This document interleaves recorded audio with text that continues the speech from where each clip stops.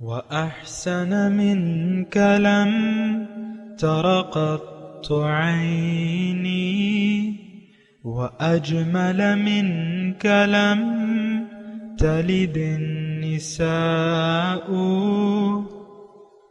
خلقت مبرأ من كل عيب، خلقت مبرأ من كل عيب، كأنك قد خلقت كما تشاء.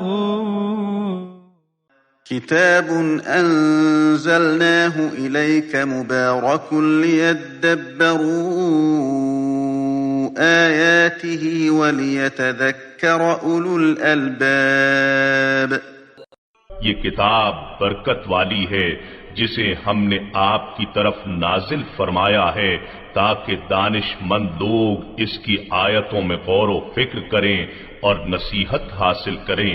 اللهم صل على سيدنا محمد وعلى آل سيدنا محمد بعدد كل ذرة مئة ألف ألف مرة۔ سامعین و ناظرین کرام، السلام علیکم ورحمۃ اللہ وبرکاتہ۔ سامعین کرام، سورہ یونس درس نمبر 889، آیت نمبر 9 سے 10 حصہ سوم۔ آج کا موضوع، کیا ہم یقینی طور پر جنتی ہیں؟ اس کے ساتھ آج کے سبق کا آغاز کرتے ہیں۔ سب سے پہلے گزشتہ سبق کا اعادہ ہوگا۔ اعوذ باللہ من الشیطان الرجیم۔ پناہ مانگتا ہوں میں اللہ کی شیطان مردود سے۔ بسم اللہ الرحمن الرحیم۔ شروع اللہ کے نام سے جو بڑا مہربان نہایت رحم والا ہے۔ ان الذین آمنوا وعملوا الصالحات يهديهم ربهم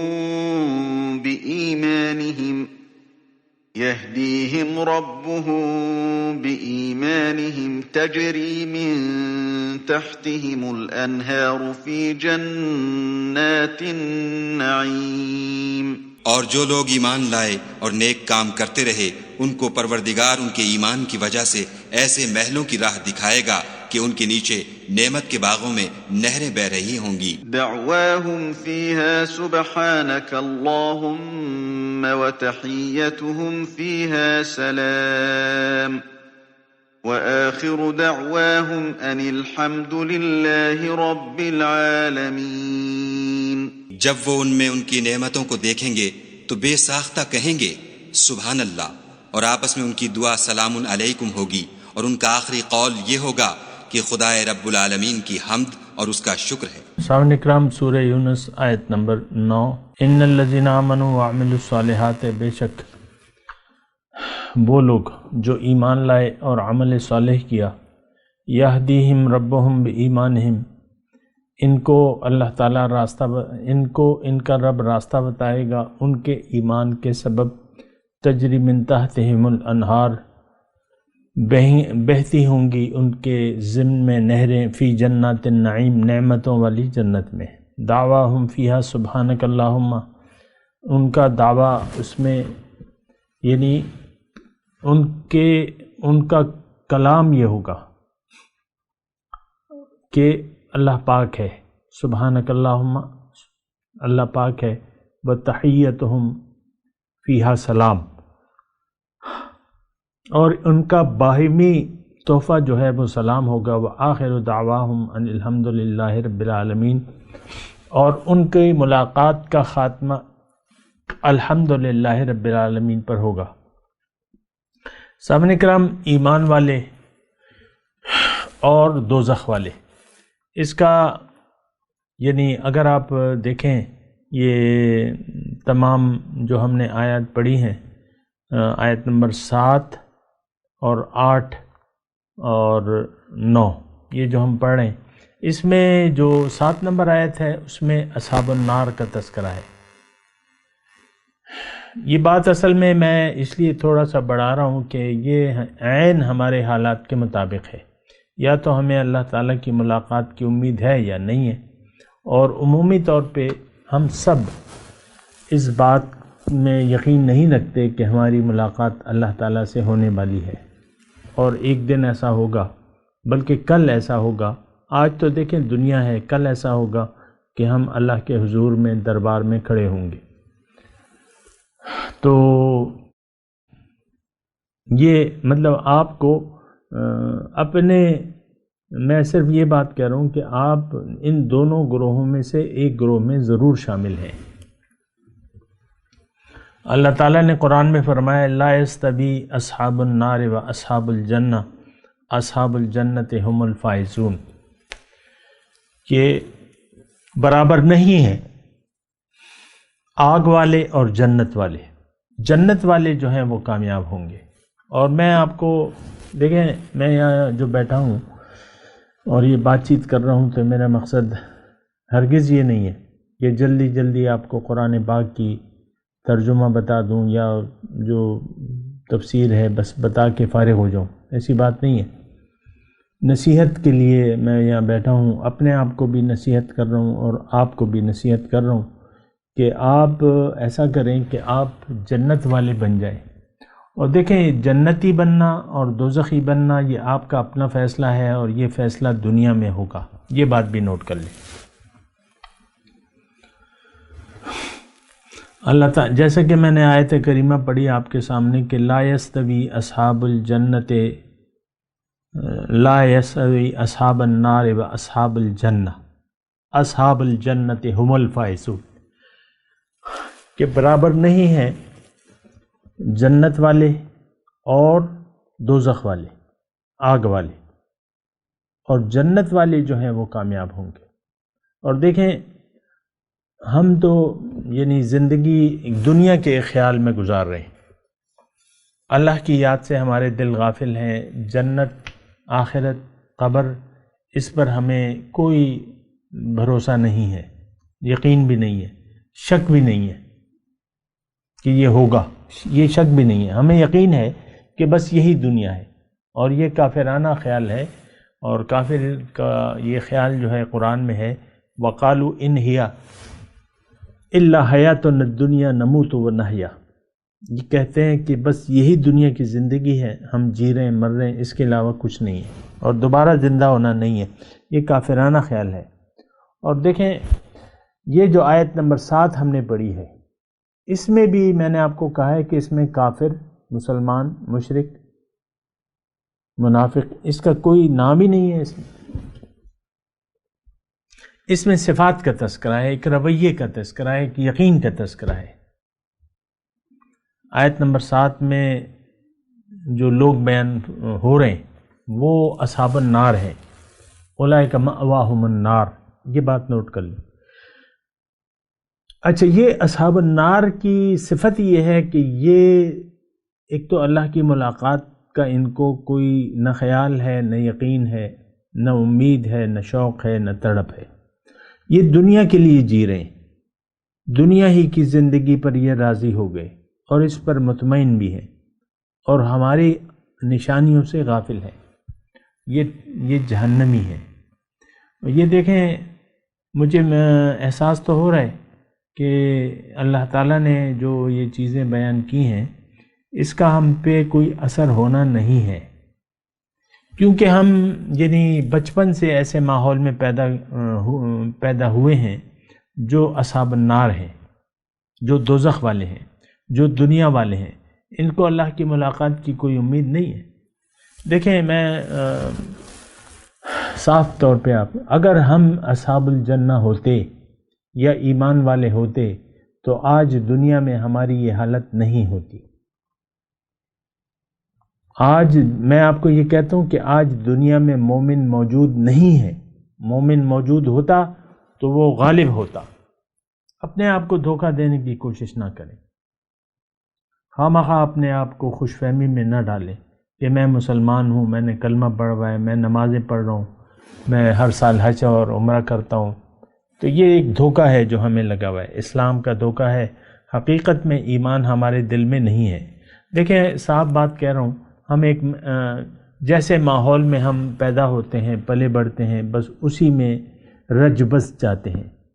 اب مثال کے طور پہ انڈیا سے کتنی اطلاعات آ رہی ہیں، وہاں مسلمان اقلیت میں ہیں، تقریباً 1 کروڑ کی آبادی ہے، 20% مسلمان ہوں گے، لیکن آپ کو یعنی یہ تو میڈیا کا دور ہے، وہ 80 کروڑ میں سے جو ہندو ہیں، جو غیر مذہب ہیں، کبھی یعنی 10% یا 1% کوئی خبر آتی ہے کہ وہاں یہ ہندو مسلمان ہو رہے ہیں؟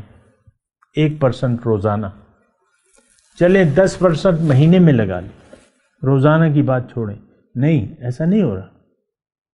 اچھا مسلمانوں کی کوئی اطلاع آتی ہے کہ یہ ہندو ہو رہے ہیں؟ وہ بھی نہیں آتی۔ کل حزب بما لدیہم فرحون، جو جس ماحول میں ہے بس وہ خوش ہے، اگر ماں باپ ہندو ہیں تو بس وہ لوگ ہندو ہیں، دنیا میں کتنی تعلیم حاصل کر لیں، اور میں دیکھتا ہوں یہ اکثر ہندو وغیرہ نعتیں بھی پڑھ لیتے ہیں اور اسلام کی تعریف بھی کر لیتے ہیں، یہ بھی کر لیتے ہیں، لیکن وہ مسلمان ہونے کے لیے تیار نہیں ہیں، مسلمان ہونے کے لیے تیار نہیں ہیں۔ اچھا جو وہاں کے مسلمان ہیں وہ بس کہتے ہیں ہم تو مسلمان رہیں گے، ہم ہندو نہیں بنتے۔ اب یہ سارا حساب کتاب جو ہے یہ برائے نام ہے، جو ہندو ہیں وہ بھی اصل میں ہندو نہیں ہیں، اپنے مذہب کو انہوں نے چھوڑ دیا ہے، ہم مسلمانوں نے بھی اپنے مذہب کو چھوڑ دیا ہے۔ ہندو کے یعنی جو ان کی کتابیں ہیں، جو اسکرپچر ہے ان کا، اس میں لکھا ہوا ہے کہ خدا ایک ہے، اس کی کوئی مورتی نہیں، اس کی کوئی مثال نہیں۔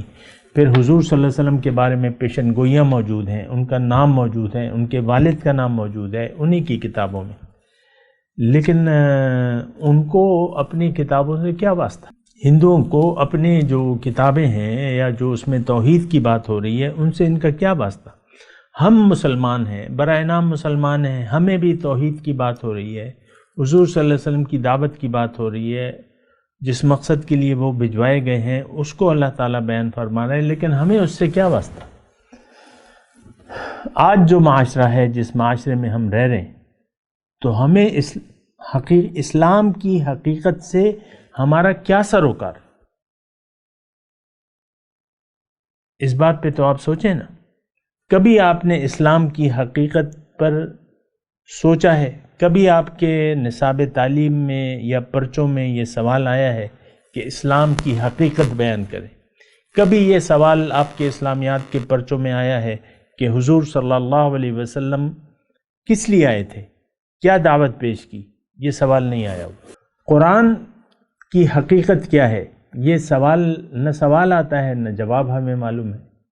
دیکھیں ہمیں تو، میں آپ کو کہہ رہا ہوں کہ اپنے دین کے بارے میں آپ سوچیں نا، ٹھیک ہے آپ اسلام کا دعویٰ کرنے والے ہیں، لیکن آپ کے پاس اپنے اسلام کی کوئی حقائق موجود نہیں ہے کہ اسلام کیا ہے، قرآن کی حقیقت کیا ہے، قرآن کی ضرورت کیا ہے، پیغمبر کی ضرورت کیا ہے، پیغمبر کی دعوت کیا ہے، اس کی دعوت کا خلاصہ کیا ہے، یہ کوئی سوال کا جواب ہمارے پاس نہیں۔ بس وہ جانوروں کی طرح پیدا ہو رہے ہیں مر رہے ہیں، پیدا ہو رہے ہیں مر رہے ہیں، پیدا ہوتے ہی ہماری توجہ جو ہے، آپ دیکھ لیں بچہ ہے کھلونے کی طرف متوجہ ہوتا ہے، آہستہ آہستہ وہ بڑا ہوتا ہے، پھر آج کل موبائل کا دور ہے، کارٹون اور پھر ڈرامے۔ آج کل میں سنتا ہوں 2020 کی بات ہے، بچے ہوں یا بڑے ہوں، وہ ترکی کا ایک ڈرامہ ہے ارطغرل، تو اس میں سب لوگ جو ہے انوالو ہیں، بڑا پاپولر ہے، بڑا مقبول ہے، ایک ایک جملہ، ایک ایک سین لوگوں کو یاد رہتا ہے۔ میں تو نہیں دیکھتا لیکن سنتا ہوں میں، کیونکہ ہمارے یہاں بھی بچے ہیں ادھر ادھر، نواسے نواسیاں، تو ارطغرل کا نام ہے، چھوٹا بچہ ہے میرا نواسا، وہ ارطغرل کی کاپی کرتا ہے، 1-2 سال کا نہیں ہوگا، ارطغرل کی وہ کاپی کرتا ہے، کوئی ڈائلاگ بول کے، اس کا بھائی کوئی ڈائلاگ بولتا ہے، وہ پھر اس کی کاپی کرتا ہے۔ تو میں آپ کو صرف بات یہ کہہ رہا ہوں کہ دیکھیں اصحاب، یہاں دنیا میں بھی آپ آج یا تو اصحاب النار میں سے ہیں یا اصحاب الجنت میں سے ہیں۔ اصحاب النار میں سے جو لوگ ہیں اس کی صفت تو اللہ تعالیٰ نے بیان کر دی کہ ان کو میری ملاقات کی کوئی امید نہیں ہے، نہ کوئی شوق ہے، نہ امید ہے، نہ کوئی خوف ہے کہ ایک دن میں نے اللہ کے سامنے کھڑے ہونا ہے۔ دیکھیں، جب آپ کا آخرت کا خوف ختم ہو گیا، ایک بات میں آپ کو یہ بات کہہ رہا ہوں کہ اگر آپ کو آخرت میں جو عذابات ہیں اور جو حساب کتاب ہونا ہے اس کا اگر آپ کو آج خوف ختم ہو جاتا ہے تو پھر آپ شتر بے مہار کی طرح زندگی گزارنے پر مجبور ہوتے ہیں اپنی مرضی، اور آج ہم کر رہے ہیں اپنی مرضی۔ آج یہ اس امت کا ہر شخص جو ہے من چاہی زندگی گزارنے پر مصر ہے۔ پھر اسلام کو اس نے اپنے معنی پہنا دیے ہیں کہ اسلام کا یہ مطلب ہے، بات ختم ہو گئی۔ تو اب یہ ہے نا کہ ایسی بات تو مناسب نہیں ہے، ایسی زندگی مناسب نہیں ہے، ایسی زندگی گزارنے والوں پہ اللہ تعالیٰ کی لعنت ہے، یہ بات نوٹ کر لیں۔ لعنت کیا ہے؟ اللہ کی رحمت سے دور۔ ایسے لوگ لعنتی ہیں۔ کیا مطلب؟ اللہ کی لعنت، اللہ کی رحمت سے دور ہیں۔ اللہ کی رحمت تو ان رحمت اللہ قریب من المحسنین۔ دیکھیں، میں الزام تراشی نہیں کر رہا، نہ کرنا چاہتا ہوں، قرآن کی میں بات کر رہا ہوں۔ اللہ کی رحمت قریب من المحسنین، جو نیکوکار ہیں ان پہ اللہ تعالیٰ کی رحمت ہوتی ہے۔ ایک تو رحمت عمومی ہے، اللہ تعالیٰ نے ہمیں بنایا، کائنات میں بھجوایا، ہماری پیدائش ہوئی، یہ کائنات، یہ اس کی رحمت عمومی ہے۔ لیکن جو رحمت عمومی سے کوئی لوگ فائدہ نہیں لیتے اور اللہ کو بھلا کے زندگی گزارتے ہیں تو وہ پھر اللہ کے لعنت کا شکار ہو جاتے ہیں، مستحق ہو جاتے ہیں۔ لعنوا فی الدنیا والآخرہ، لعنت اللہ علی الکاذبین۔ آپ نے آیت سنی ہوگی، نہیں تو سن لیں۔ اللہ نے فرمایا کہ اللہ جھوٹ بولنے والوں پہ اللہ کی لعنت ہے، اور ہم لوگ جھوٹے ہیں۔ ہم کلمہ طیبہ پڑھتے ہیں لیکن وہ جھوٹ ہے۔ ہم کہتے ہیں ربنا اللہ، کہ رب ہمارا اللہ ہے، لیکن ہم جھوٹ بولتے ہیں۔ ہم کہتے ہیں اشہد ان لا الہ الا اللہ و اشہد ان محمد عبدہ و رسولہ، لیکن نہ ہم اللہ کی اطاعت قبول کرنے کے لیے تیار ہیں، نہ ہم رسول کا اتباع کرنے کے لیے تیار ہیں۔ اور قرآن میں ہے ہمارے بارے میں، اذا جاءک المنافقون قالوا نشہد انک لرسول اللہ واللہ یعلم انک لرسول واللہ یشہد ان المنافقین لکاذبون۔ منافق آپ کے پاس آتے ہیں اور کہتے ہیں کہ آپ اللہ کے رسول ہیں، ہم شہادت دیتے ہیں اس بات کی۔ آپ کلمہ شہادت پڑھتے ہیں کہ نہیں پڑھتے؟ بڑی مشکل سے، ہم تو معنی بھی نہیں جانتے، بہرحال زبانی طور پہ پڑھتے ہیں، نشہد انک لرسول اللہ۔ منافق آتے ہیں، اللہ تعالیٰ فرماتے ہیں یہ کون سے؟ یہ آج کے منافق کہ جو بڑے شوق سے کلمہ پڑھتے ہیں، اشہد ان لا الہ الا اللہ و اشہد ان محمد عبدہ و رسول۔ اللہ تعالیٰ کیا فرماتا ہے؟ اللہ تعالیٰ فرماتا ہے میں جانتا ہوں کہ آپ اللہ کے رسول ہیں، واللہ یعلم انک لرسول، اللہ جانتا ہے کہ آپ یقیناً اس کے رسول ہیں، لیکن اللہ تعالیٰ یہ گواہی دیتا ہے کہ منافق اپنے قول میں جھوٹے ہیں، یہ اللہ آپ کو اللہ کا رسول نہیں مانتے۔ اس وقت ہم بھی اگرچہ رسول یعنی رسول اللہ کی شہادت تو دیتے ہیں کہ عبداللہ و رسول، لیکن ہم ان کو اپنے لیے نہیں جانتے۔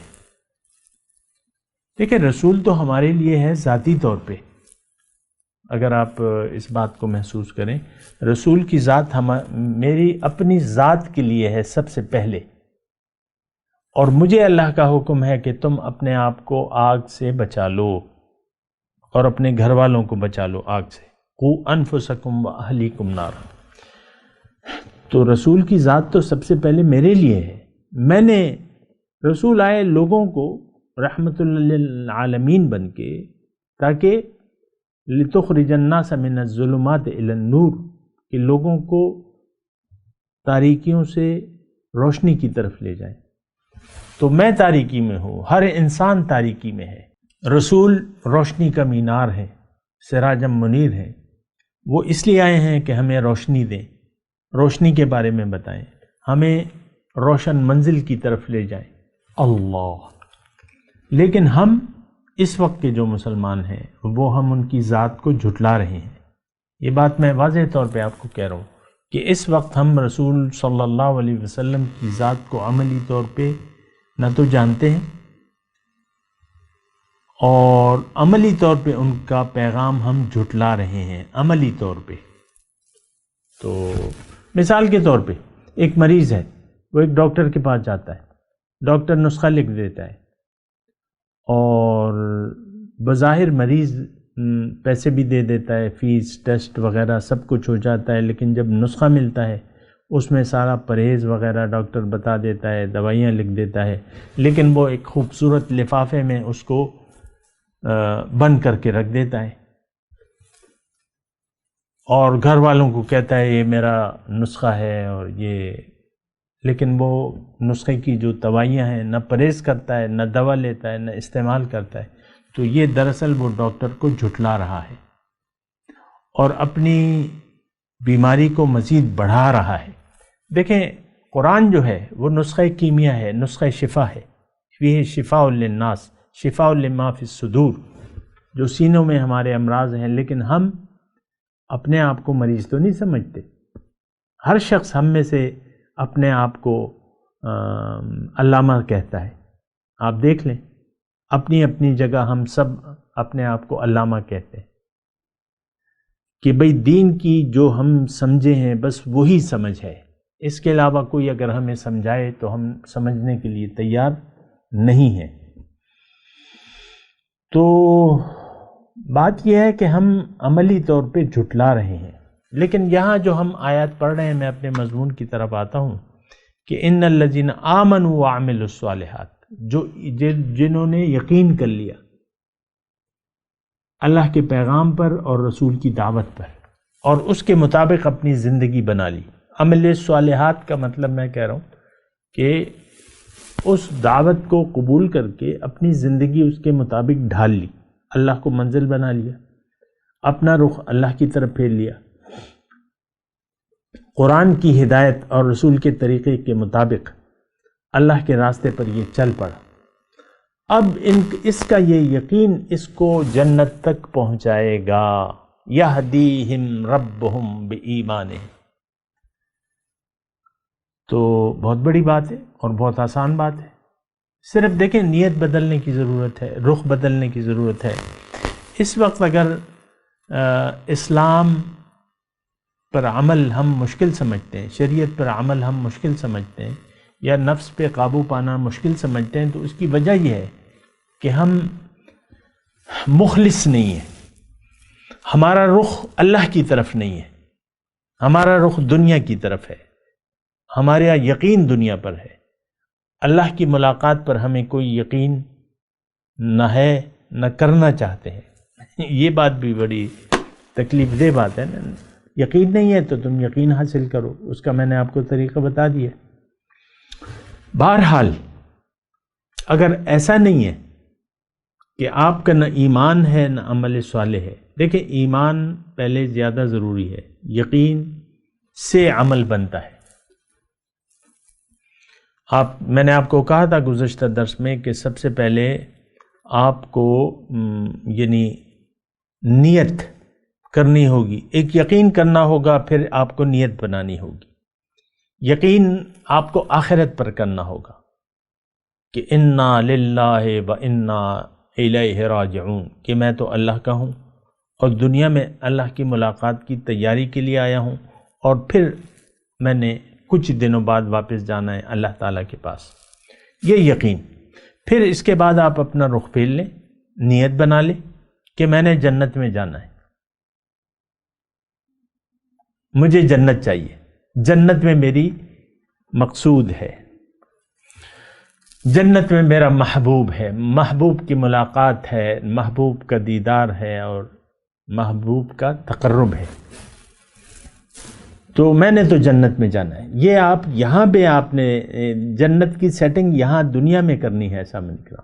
یہ میں بار بار کہہ رہا ہوں، قرآن بھی بار بار اللہ تعالیٰ بار بار ہمیں سمجھا رہا ہے کہ بھئی تم نے جنت میں اپنا ٹھکانہ بنانا ہے، جنت میں مکان اپنا دنیا میں بنا کے جانا ہے.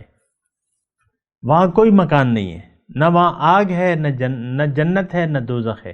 یہاں انسان اپنی جنت یا دوزخ خود ہی بنا رہے ہیں. اس وقت عمومی طور پہ ہم سب لوگ دوزخ میں اپنا ٹھکانہ یعنی مختص کرنے کے لیے وہ دوزخ میں یعنی آگ کے انگارے ہم اپنے لیے سمیٹ رہے ہیں. یہ جو ہمارے اعمال ہیں، جو نفسانی خواہشات کی زندگی ہے اور خواہشات نفس کو ہم نے اپنا معبود یہ دراصل آگ ہے. آپ آگ کو جمع کر رہے ہیں اپنے لیے نہیں، آپ اللہ کے بندے بن جائیں، اللہ کی ہدایت کو قبول کر لیں، اللہ کو منزل بنا کے اللہ کے حکم اور رسول کے طریقے کے مطابق اپنی زندگی گزارنا شروع کر دیں. مقامی طور پہ ایک رہنما کو ضرور منتخب کر لیں، کیونکہ یہ کام آپ خود نہیں کر سکتے. اس کے لیے آپ کو سیکھنا ہوگا، تربیت حاصل کرنی ہوگی، رہنمائی چاہیے ہوگی. مقامی طور پہ ایک رہنما جس کی شرائط اور موجود ہیں، میں نے بیان بھی کیے، تو اس کی نگرانی میں آپ نے یہ اللہ کا راستہ طے کرنا ہے. بہرحال میں آگے چلتا ہوں. دعواہم فیہا سبحانک اللہم وتحیتہم فیہا سلام وآخر دعواہم ان الحمد للہ رب العالمین. سبحانک اللہم پہلی بات ان کی یہ ہوگی. اب ظاہر ہے کہ دیکھیں سبحانک اللہم کا مطلب کیا ہے؟ اے اللہ تعالیٰ تو پاک ہے، ہر عیب سے پاک ہے. یہاں تو ہم میں سے ہر شخص عملی طور پہ سبحان اللہ کہنے کا روادار نہیں ہے. سبحان اللہ جب آپ یہاں کہتے ہیں تو آپ اللہ کی رضا پر راضی ہونے کا اعتراف کر لیتے ہیں کہ اللہ تعالیٰ نے مجھے بے مقصد نہیں بنایا ہے. اس وقت تو ہم بے مقصد زندگی گزار رہے ہیں، اور اگر مقصد ہے تو باطل ہے. تو اللہ تعالیٰ تو پاک ہے، اللہ تعالیٰ بے مقصد کام کرنے سے پاک ہے، عبث کام کرنے سے پاک ہے. سبحانک ربنا ما خلقت ھذا باطلا سبحانک فقنا عذاب النار. یہ آیت ہم سورہ بقرہ میں پڑھ کے آئے ہیں. یہ لوگ جب سوچتے ہیں زمین اور آسمان کی پیدائش پہ تو اس نتیجے پہ پہنچتے ہیں کہ اے اللہ تعالیٰ تو پاک ہے کہ تو بے مقصد کوئی کام کرے. تو نے ہمیں بامقصد پیدا کیا ہے اور تو ہی ہماری منزل ہے، اور اگر ہم تجھے منزل نہ بنائے تو ہم تو ناکام ہو جائیں گے. سبحانک اللہم. تو جنت میں جب جنتی جائیں گے تو ان کے بے اختیار منہ سے ہوگا یہ سبحانک اللہم. وہ اپنے عمل سے زندگی میں پڑھتے تھے، تو وہاں پہ بھی یہ اپنے بے اختیار ان کی زبان پر ہوگا. وَتَحِيَّتُهُمْ فِيهَا سلام. آپس میں ملاقاتیں ہوں گی. اور تحیت دعا کو کہتے ہیں. تحیہ یہاں بھی وَإِذَا حُيِّيتُمْ بِتَحِيَّةٍ فَحَيُّوا بِأَحْسَنَ مِنْهَا أَوْ رُدُّوهَا. تو تحیہ سلام آپس میں جب ملاقات ہوگی تو سلامتی ہو ظاہر. وَآخِرُ دَعْوَاهُمْ أَنِ الْحَمْدُ لِلَّهِ رَبِّ الْعَالَمِينَ. اور ان کا جو ملاقات کا اختتام ہوگا الحمدللہ پہ ہوگا. الحمدللہ. یہاں بھی یہ ساری باتیں دیکھیں یہاں دنیا میں بھی ہیں، ایک درجے پر یہ ساری باتیں یہاں دنیا میں ہونی چاہیے. ہر وقت آپ کو اللہ کی تسبیح اور تمہید کرنی چاہیے. سبحان اللہ الحمدللہ. یہ دونوں جملے جو ہیں سبحان اللہ و بحمدہ سبحان اللہ العظیم، اللہ یعنی حدیث کا مفہوم ہے نا کہ سبحان اللہ آدھا میزان بھر دیتا ہے، الحمدللہ پورا میزان بھر دیتا ہے. بہرحال میں تلاوت کرتا ہوں، آج وقت کم ہے، صرف ترجمہ سنا دیں. اعوذ باللہ من الشیطان الرجیم. بسم اللہ الرحمن الرحیم. ان الذین آمنوا وعملوا الصالحات یہدیہم ربہم بایمانہم تجری من تحتہم الانہار فی جنات النعیم دعواہم فیہا سبحانک اللہم وتحیتہم فیہا سلام وآخر دعواہم ان الحمد للہ رب العالمین۔ ان الذین آمنوا، بے شک وہ لوگ جو ایمان لائے اور عمل صالح کیا، اللہ تعالیٰ ان کے ایمان کے سبب ان کو جنت میں پہنچا دے گا، جنت کا راستہ دکھائے گا جس کے نیچے نہریں بہہ رہی ہوں گی، نعمتوں والی جنت میں۔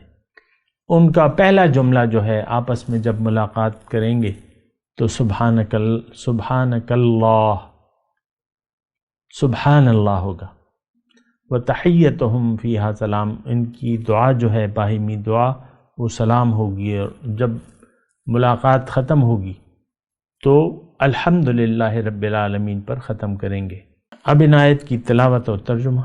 اعوذ باللہ من الشیطان الرجیم، پناہ مانگتا ہوں میں اللہ کی شیطان مردود سے۔ بسم اللہ الرحمن الرحیم، شروع اللہ کے نام سے جو بڑا مہربان نہایت رحم والا ہے۔ ان الذین آمنوا وعملوا الصالحات يهديهم ربهم